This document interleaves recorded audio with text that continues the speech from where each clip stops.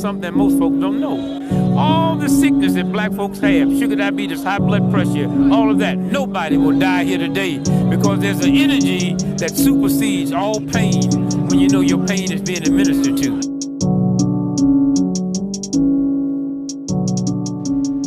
Peace world, this is Kimon Freeman, co-founder of We Act Radio here in the heart of Anacostia, the radical side of Martin King Avenue. We're here at one of the lasting independent pharmacies in the nation's capital, Grub Pharmacy, a family-owned business for over 100 years. And we're here to talk about the health disparities not only facing this country, but particularly communities of color and poor communities. We're here at the Easter River, which is the poorest section of the nation's capital. And I want to make sure that people understand that there's a long saying in the black community that when America catches a cold, black America catches the flu. We are leading off the charts in every negative health category there is.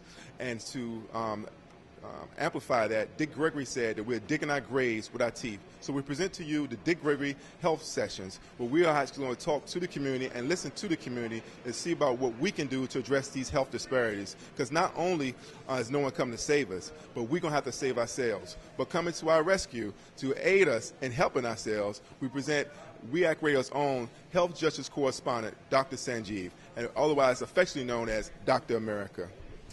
Hey, what's up, everybody? I'm Dr. Sanjeev Sriram, also Dr. America for We Act Radio. I'm their health justice correspondent.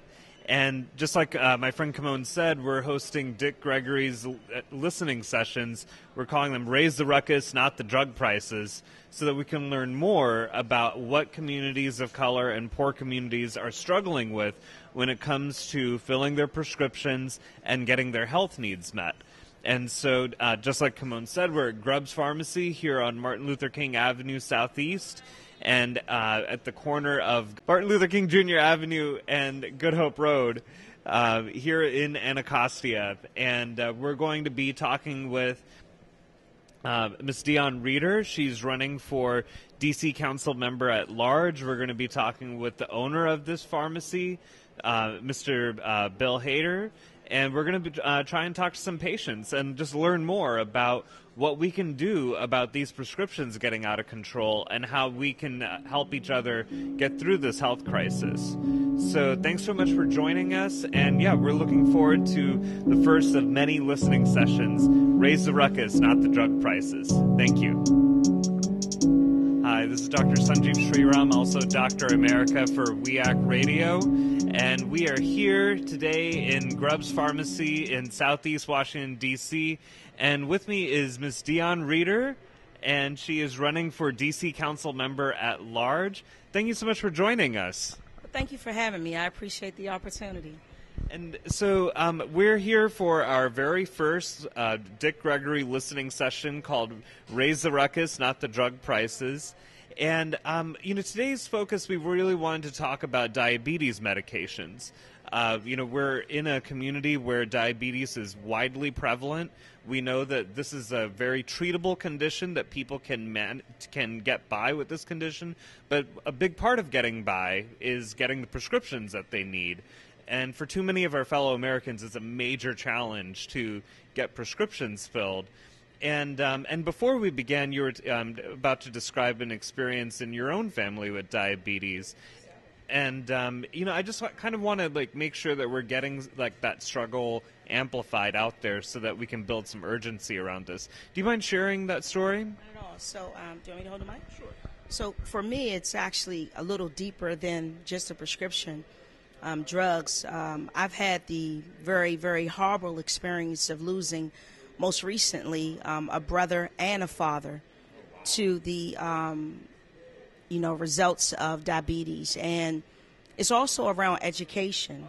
When I look at the District of Columbia as a whole, not just Ward 8 or 7 and 8, but the fact that we have very limited healthy food options at an affordable rate for families to be able to purchase, which we know what you eat is also a good detector of how your health will be. My father died actually as a result of having diabetes. Less than 2 years later, one of my older brothers went through the same process and died suddenly, unexpectedly. And quite frankly, as a result of that, I'm very much aware of certain things with my body but it's around education too, and we have to take the stigma off. I was talking to Bill, the owner of this wonderful establishment, about how do we educate people in a way that they will listen and then apply what they've heard to their health. So when we look at a community like Ward 8 that has a food desert here, in addition to that, very limited healthy food options, and then the lack of education around what's necessary for us to do to prevent diabetes, because it's preventive. But again, it has to start very early on. And I think we have to look at the environmental effects that occurs in our communities. And that's one of the reasons why I see myself in this, campaign to really open up people's perspectives and their understanding across the city of what we need to do. And we have to start with families early. And some of this is work that we don't want to do because it's not traditional. We have to be innovative. We got to start as early as elementary, pre-K, teaching our young people how to eat right. Where do you identify the food? How do you prepare it? Things that we say are nasty, how do you eat it and give it a try so that we can prevent it? I know you all believe in that. Medication is fine, but if we can do something before we get to medication, we'll have a healthier society. So that's the way I see it. I mean, for me, it was a very painful experience, and I've seen the results of it throughout my entire family. High blood pressure, cholesterol issues. My mom passed of having a heart failure, heart issues, and all of these are stigmas that we can erase if we're educated properly. And I'm really glad that you're bringing this up, because they're the prescriptions that doctors like me can write and patients can hopefully fill, but then there are the prescriptions that we have a harder time giving our patients, where I can prescribe things like I can write out a nutrition plan, but then finding a place, like not everybody has a Grubs near them where, they can come here, get a little bit of healthy food and learn from, the staff here about healthy eating. But this is hard to replicate again and again. And so when it comes to, supporting businesses like this, supporting pharmacies and local, small establishments, that can offer the community something different than maybe some of the big box chains. What do you think are some of the things that city council governments can do to support these kinds of businesses? Thank you so much, Doc, for asking that question. So it has to be intentional. One of the things that we do not like to talk about, and it is a known fact, and I'm going to mention it here, $31 million leaves just Ward 8 alone in food every month, people going outside the ward to purchase food. So no one can tell me that there's not an industry for a smaller chain or a smaller grocery store that provides healthy options in Ward 8. But it has to be an intentional investment from our city leadership. And again, when you haven't had the opportunity to really work, and I'm not saying I'm the only one, but for me, I've had the experience of working on the ground in the community, hearing the community woes and listening to the pain and being empathetic to how do you fix it. When you go to bed at night trying to figure out what is the best mechanism to solve this problem or solve that problem, we have to be intentional about how we regulate. We regulate so much, but we fail to regulate the fact, me and one of my colleagues was talking earlier, when we're talking about a Safeway coming to D.C. or Walmart or Whole Foods or whatever, do we regulate that it must be placed in a community? If you want business here, we have to be intentional about where we place these businesses. We need a voice on our city council that's going to say, okay, you can go to this ward, but you also have to go to this ward. You can hire these residents, but you also have to hire these residents. That level of intense work that must happen from a regulatory perspective can only happen through legislation. And we don't talk enough about that. We leave our legislators off the hook. And I believe that that's what gets us where we are today. What we see in our communities like Ward 7 and 8, it was intentional 50 years ago. And we know that. When you move all of the same type of economics in the same type of community, you get what we have here. So we're home to 3 restaurants, mine being one of them. I want to provide even more healthier options. But I have more people that are ordering healthier foods than they're ordering the fried foods. So in order to thrive, you got to offer both. But when you have more to choose from, you think differently. And we see that all across the city. And we have to be intentional in how we look at residents from Chevy Chase to Ivy City to Congress Heights, to Hillcrest. And that is the role of an at-large council member. The role of an at-large council member is to represent the entire city on these critical issues that we don't spend enough time talking about. And thank you for that. You know, another service that Grubs provide, and we're going to talk to Bill a little bit more about this, is that they provide free home delivery, you know, for the medications. And, you know, it's a huge deal. But, you know, for, like I was saying before, you know, not every family benefits from having a Grubs nearby, and sure, home delivery helps. But one of the things that I hear a lot from my patients is that transportation is really challenging to make it to appointments on time, to get to pharmacies, to make it to grocery stores. And so, you know, transportation ends up becoming a health issue, even though a lot of people don't necessarily frame it that way or view it that way. And so, you know, from your experience and, you know, from what you want to do for the city, what do you think are some ways that transportation can be worked on, for especially for low-income families that might not be always able to afford things like Lyft and Uber? And so, yeah, if you could just share your perspectives on that. Sure. So first I have to commend Bill. Him and I, this is not our first time interacting. The very first time I came in here, I was just totally amazed by this location and what he offers here. Small businesses are the heartbeat and soul of our community. So the fact that Bill has invested in Good Hope on Good Hope Road, it says a lot about the way he thinks. So we, again, and that's a small business, is a community that I also represent, among other constituents that I represent. But transportation is not just an issue for medication and accessing medicine. It's also an issue when we're talking about how do we get employment opportunities outside of the communities that people live in. It's also an issue when you're looking at, you know, and we have to commend, at that time, I believe our mayor was the council member. One of the things she did was she opened up access for children to be able to ride free, you know. But the second step to that is, now how does a child get across the city by themselves? So if a child has to ride for free, then we have to open up access for that parent to ride for free to take that child to school. So it's that type of what I consider to be conscious thinking that also transfer into conscious legislation. That is the same thing that Bill is doing here. This is a conscious business that not only does he provide transportation, but the store itself opens up things that people don't think about when you go to a pharmacy. Healthy food options, those necessary things like toiletries, because we are limited in a community like Ward 8. So transportation is a limiting issue across this city. We have to focus our attention on not just looking at transportation for medicine, but transportation to get employment opportunities.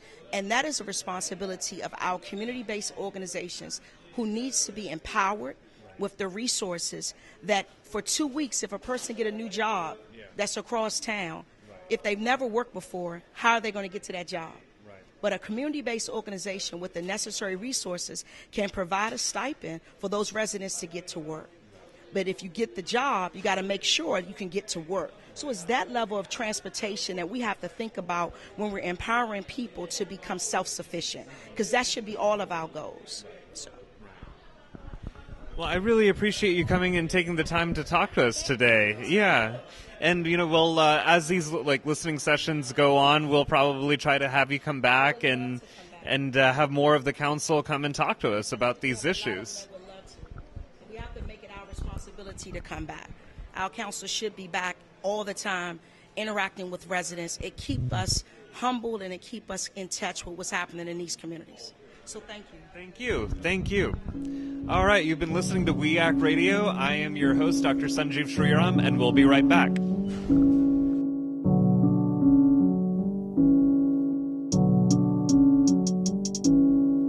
Welcome. My name is Dr. Sanjeev Sriram. I'm your health justice correspondent for We Act Radio, and this is the first of many listening sessions called Dick Gregory's Raise the Ruckus, Not the Drug Prices, listening sessions about prescription drugs and access to health care. And for this next segment, I'm proud to introduce the owner of this establishment, Mr. Bill Haddell, who has been running Grubbs Pharmacy for a few years now and is going to talk to us a little bit about some of the issues that he sees for his patients and what his business does to try to help help them navigate the obstacles to getting the prescriptions that they need. So, Bill, thank you so much for joining us. Absolutely. So, if you could tell us a little bit about some of the most common struggles that you see for your patients who have diabetes. I want to kind of maybe stick with that particular illness just because it's so common. And the prescriptions are, we know that they work. We know that, they've worked for a long time. But not everybody is able to get the prescriptions that they need. So what are some of the obstacles and struggles that you've seen patients deal with when it comes to getting their diabetes medications? Dr. Sanjeev, thank you for giving me this opportunity to be part of your program. And we're so pleased that we're able to be here in the community to offer our assistance and our expertise. I'll tell you, we see all sorts of challenges, and partly why we're here because we feel we want to make a difference. Having said that, diabetes is one of the major issues we have in this area, and we see it in most of our patients. There's more than one challenge. One challenge with getting a prescription filled, be able to really get it at the pharmacy. Two, be able to pay the copay, even if it's $1. And three, once they get their medication, we have a job as pharmacists here in this community to make sure that the patient takes their medicine on time. And because if they don't take their medicine, obviously it's useless. So there's a lot of things that we do. Most of our patients don't even have money to take a bus or take a cab to get here. A lot of our patients walk here. Some, they get assisted by caregivers or care managers or case managers, I want to say. But once they're here, we put all financial issues on the side and we focus on how we can get that medication in the hands of our patients. We talk to them about how to take it on time. We also talk to them about leave it to us, just come back next month. You don't have to call it in. We'll have that ready for you. And a few days before they come back, if we don't hear from them or see them, we're going to call them and ask why they have not come in to get their diabetes medication. So those are things that we keep an eye on, at least to be compliant, for the patient to be compliant so they don't end up in the emergency room. Along those lines, there are a lot of patients that have blood pressure that we also deal with as well. So we feel there's a purpose why we're here. It's unfortunate in this environment that not every pharmacy is able to do this, although they should. But it's becoming like a cookie-cutter approach where one size fits all. But this community needs a lot more than that. Needs a lot of attention, needs a lot of care. And unfortunately, there's a shortage in that way. I want to come back to a point that you were making about the patients who are struggling with that $1 copay. I think that there are a lot of people in the audience, and especially even in the healthcare community, who are surprised to hear that patients struggle with the $1 copay. And I was just wondering, how common is that? Are you seeing that every day, every week, and then when you see a patient with that, you were saying that you put aside their financial struggles, but what else are you noticing that is it just the tip of an iceberg of other issues, or is it really just that once they get past the financial stuff, they're okay? That's actually a great question. There are a lot more issues that actually drive that particular point. Typically, if they're not able to pay the $1 for their copay, they're not able to buy the right food, or they're not able to be able to go to the right place or to get the right assistance. Unfortunately, in this environment, you have what we call PBMs, prescription benefit managers. They're like a middleman, and they work between the insurance company and the drug manufacturer. Unfortunately, they put a lot of pressure on patients, even if you're on Medicare, not on Medicaid, for example, to sign you up with a plan that may not be the right plan for you, but it's the right plan for that PBM, unfortunately. And, that takes a lot of education, and it needs a lot of one-on-ones with our patients. This is what we strive to do here. We're able to compare plans for those patients. We're able to look up their medicine, what plan they're on now, what plan maybe is more suitable for them to help them financially, and we're able to put them on a payment plan after that. Okay. Pay at your pace without a lot of pressure. You pay $1, $2, $3 whenever you're able to pay it, but we're able to facilitate at least the burden where, like, I don't have to think about, how much my medication is going to cost me, and do I have it in my pocket right now? So sooner or later we'll collect the copay, but it's done, with the understanding that, one, you chose the right plan, and two, we minimize your burden as much as we can as a pharmacist to patient relationship. We deliver our medicine to our patients also to relieve that burden of getting to the store. We deliver for free, and we pick up their prescriptions at times, fill the prescriptions, then deliver them. So we do everything we can in our power to treat every patient as a human being, not just as a number. And this is why we're able to assist so many, and we hope to be able to continue to do that. Well, we're going to keep talking to you, but I want to make sure that throughout our conversation that we're reminding people where you're located and how to get in touch with Grubs. So if you could just, give the address and phone number, and I'm going to keep coming back to this. So, yeah. Sure. Again, my name is Bill Fidel, and I'm the owner here of Grubs Pharmacy Southeast and Mini Mart. By the way, we do have fresh produce that is brought in by DC Central Kitchen in the effort to help our patients with eating fresh produce, not 10 days old, at a very reasonable low price. Our address is 1800 Martin Luther King Avenue in Southeast DC. Our door, however, is on Good Hope Road. So we're right at the corner, and we're located in the DC Housing Building. Many people are able to relate to that. And our number is 202-503-3610. And we answer the phone every time one of our people answer the phone. It's not a recorder. You don't have to navigate your way because we want to be able to touch every person. That's fantastic. And just so you guys know, I've been here for just a little while now, and this place really does feel like a completely different pharmacy experience. Like, you really feel like you're coming to a family-owned, operation, and that you're being cared about, from the moment you walk in. I came in today, and it was Bill behind the counter who I first met, and, we shook hands and just started talking, and you really do feel like this is a community pharmacy. And I highly recommend, coming by, checking it out.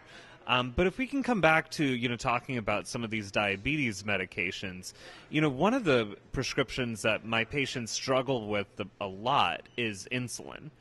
And I was just wanting to get from your perspective, because I know what I see on the physician side in clinic, but, from a pharmacist side, what are some of the biggest obstacles that you see for patients who are just trying to get an insulin prescription filled? That's actually a great question, and I'm going to be a little bit more frank as I answer your question. As you know, doctor, there are many types of insulin. They're not all suitable for the same patient. So with the expertise of the physician, you write a prescription for one particular insulin. Sometimes we know that this particular insulin may not be covered by this patient insurance plan because their PBM covers only one type. So what we do, we work with the insurance, and we work with the people involved to be able to get the insulin that is suitable for this patient with the authorization of the physician. And we go take it a step further.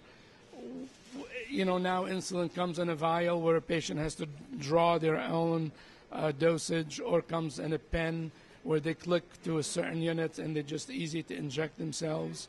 So if it is one of those situations, we always calibrate the pen for them, and we're able to at least make it easy and demonstrate how easy it is to take the dose and inject it into your skin at the right time. So some of these coverage issues again, some of the roadblocks, if you will, involve those PBMs, the prescription business manager or benefit manager. And we have to do our work behind the scene to be able to benefit the patient. You know, being a family-owned pharmacy or a community pharmacy, it's only good if you're able to touch every patient. So it's so much like what we do instead of who we are. Right. And what we do is every patient that walks in, if it is their first time, they're very quickly going to find out that they're dealing with us at a personal level. Mm-hmm. We take a personal interest as if it is my own grandfather or grandmother. Mm-hmm. And from there on, they know it's just an easy trip to come to the pharmacy or speak to us on the phone. Having said that also, we have so many patients that bring their friends and family and say, this is what I told you about, this is the pharmacy I want you to be in, but only because of that treatment. And a lot of the doctors understand how we deal with patients as well. We serve, small group homes, we serve communities, we serve individual patients.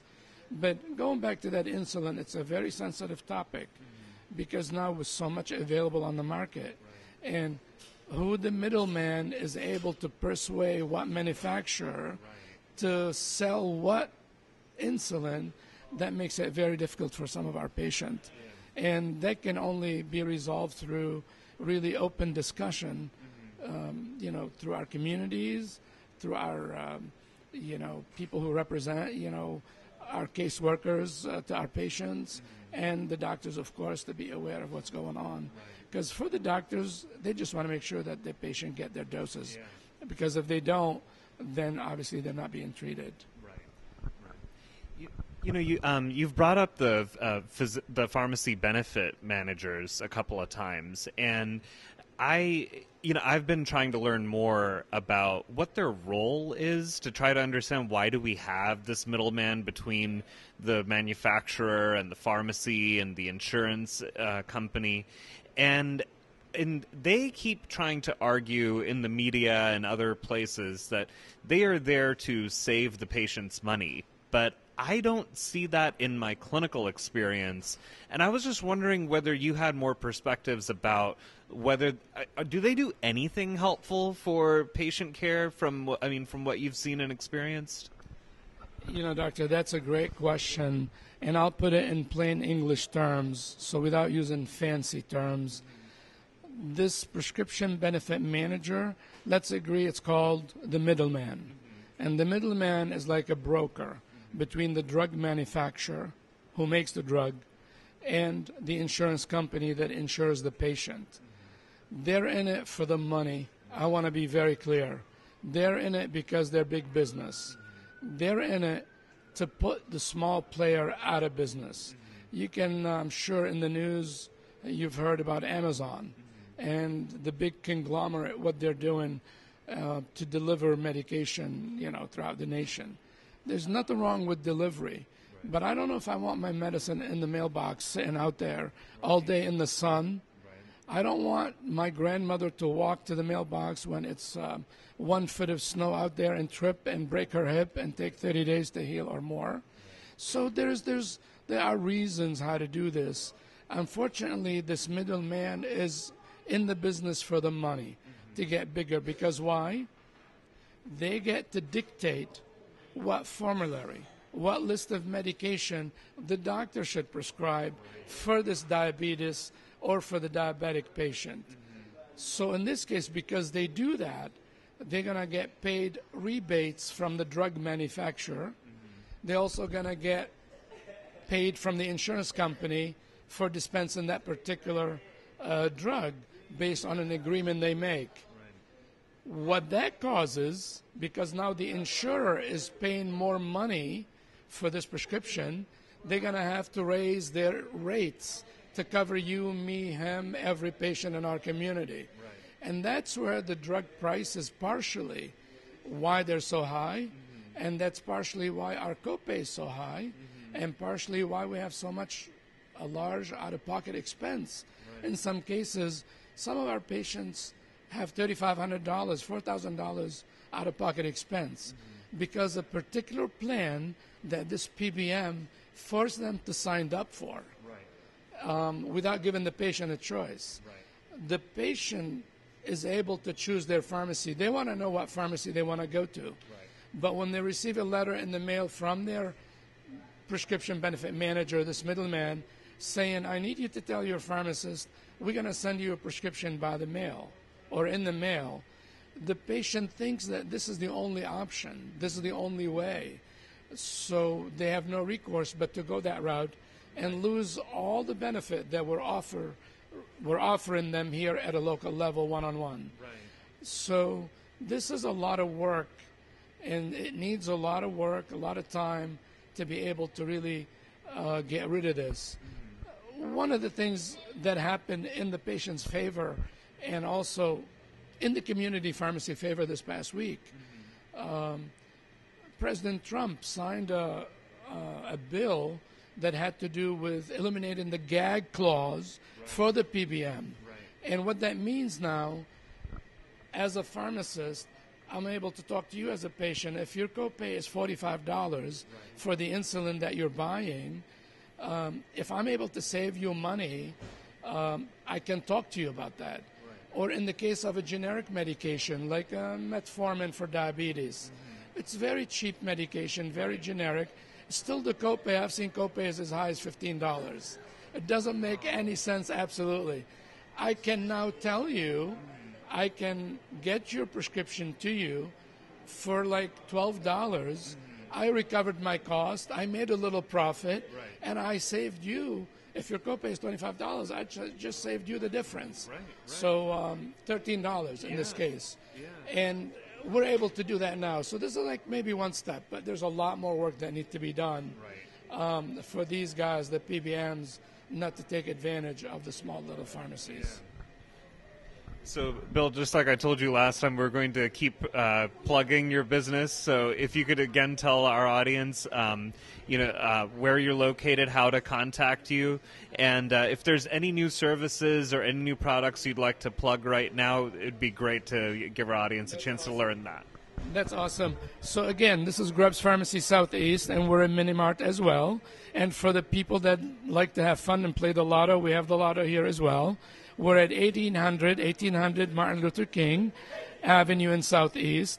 Our door is on Good Hope Road, and we're located in the DC Housing Building at the street level. And our number is 202-503-3610. And you can call, you can ask for any of the pharmacists or myself. My name is Bill. And we also have, like I mentioned before, services from DC Central Kitchen. They provide our store every day with fresh produce that you're able to buy any which way you like, whether cash, credit card, or use your food stamp or EBT for that as well. And also, we have a program that now we have this high-efficient, energy-saving light bulbs that are extremely inexpensive. Like you can buy a pack of 3 light bulbs for 95 cents. And this program is going to be here for 3 years right now. And this is only available here in our community for our community and our patients. That's fantastic. Thanks so much for joining us. Bill Fidel, owner of Grubbs Pharmacy here in Southeast Washington, D.C. You've been listening to WEAC Radio's Dick Gregory, Raise the Ruckus, Not the Drug Prices listening sessions. Thanks so much for joining us. Hi, my name is Cassandra Smith. I've been a patient or a client of Grubbs Pharmacy for ultimate years. Some of the barriers that we do face is getting our prescriptions on time. One thing I like about Grubbs Pharmacy is that they do give you an email. That's been recently. They also call you to let you know that your prescription is ready for pickup. They also provide delivery. The barriers that I have challenged with Grubbs is sometimes my prescription or my son's prescription is not ready at the same time. What I think that helps most is if we communicate with our pharmacists. We have a relationship with them. They know us by name. We know them by name so that we can form a better relationship. Many times I've wanted to I'm going to change my pharmacy my prescription isn't ready. I came down here and you're not ready and I have to wait an hour. Those are barriers that we all face, especially if you're getting a ride. If you're getting a ride to go pick up your prescriptions and they're not ready when you get here, you're upset because your ride may leave or you may not have a ride to get back home. However, if you form that relationship with your pharmacist, you won't have to run into that obstacle. You have two options to either have it delivered or you can come and pick it up. I'm a working parent, so it's me and my little boy who is Down syndrome. So I want to come and pick up all of our prescriptions at one time or have them all delivered at one time. And because I work, sometimes that doesn't work for me, but I can call them and just say, hey, I want to come pick up my, like today, I just left the doctor's office and I called and I said I want to pick up my prescription and she said I'll have it ready within an hour.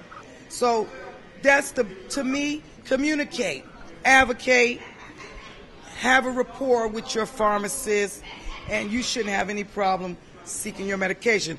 As far as payment depends on your insurance. So lately, I work in the healthcare industry, so a lot of people have been getting bills for prescriptions and or labs. All you have to do, communicate with your medical care provider as well as your pharmacist to help you, because we all can't pay for those bills, but your insurance will pick those bills up.